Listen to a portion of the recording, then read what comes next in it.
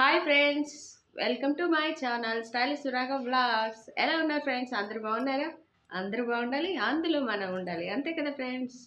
ఎలా ఉన్నారు? ఏం చేస్తున్నారు? బిజీ షెడ్యూల్తో అందరూ బిజీగా ఉన్నారు కదా. బిజీగా ఉండాలి, ఏదో ఒక పని చేసుకుంటూ ఉండాలి.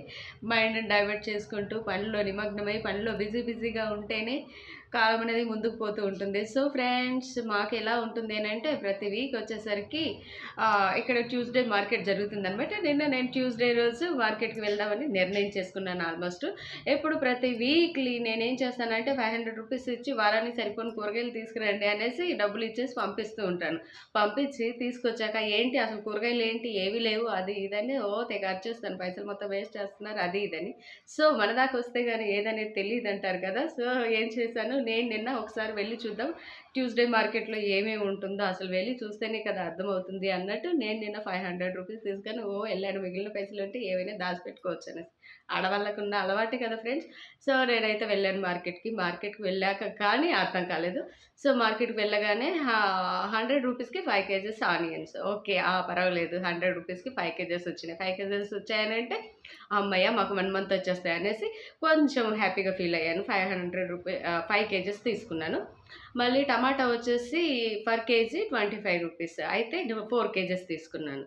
అక్కడ 200 అయిపోయాయి. ఇంకా 100 రూపీస్ పూలు తీసుకున్నాను. 300 అయిపోయాయి. ఇంకా మిగిలాయి 200. 200లో ఏం చేయాలి అన్నట్టు అటు ఇటు చూసాను. అమ్మయ్య 200 మిగిలాయి. కూరగాయలు చూస్తే ఏమీ లేవు. ఉల్లిగడ్డ, టమాటే, పచ్చిమిర్చి చూస్తే కేజీ 70 రూపాయలు, 80 రూపాయలు అలా ఉంది. అమ్మ ఏం చేయాలి అనేసి అదొక హాఫ్ కేజీ తీసుకున్నాను.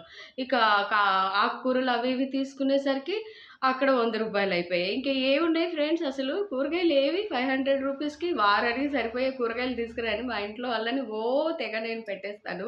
తీరా నా దాకా వస్తే గానీ తెలియలేదు. 500 రూపీస్‌కి ఏం రాలేదు. రాకపోగా ఇంకా మళ్ళీ నా చేత్తో 100 రూపీస్ ఎక్స్ట్రా తీసుకొని రావాల్సిన పరిస్థితి వచ్చింది. సో ఎవరికి అప్పగించే పనులు వాళ్ళకే అప్పగించాలి. మనము తల దూరిస్తే ఇలాగే ఉంటుంది.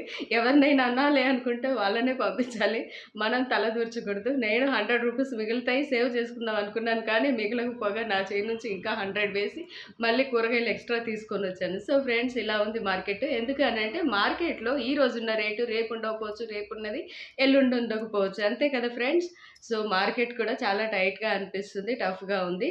సో జాగ్రత్తగా చూసి తీసుకోండి. ఎక్స్ట్రా తీసుకునే దానికంటే తక్కువ తీసుకొని వండేంతవరకు తీసుకొని ఏ రోజు ఆ రోజు ఫ్రెష్గా తీసుకుంటే చాలా బాగుంటుంది. ఏమంటారు ఫ్రెండ్స్? అంతే కదా. నేనైతే ఇక్కడ నుంచి అలాగే అనుకుంటున్నాను. సో ఫ్రెండ్స్, నా వీడియో నచ్చితే లైక్ చేయండి, షేర్ చేయండి, సబ్స్క్రైబ్ చేయండి, కామెంట్ చేయండి. కామెంట్ సెక్షన్ ద్వారా మాట్లాడండి. ఓకేనా ఫ్రెండ్స్? మీ అనుభవాల్ని నాతో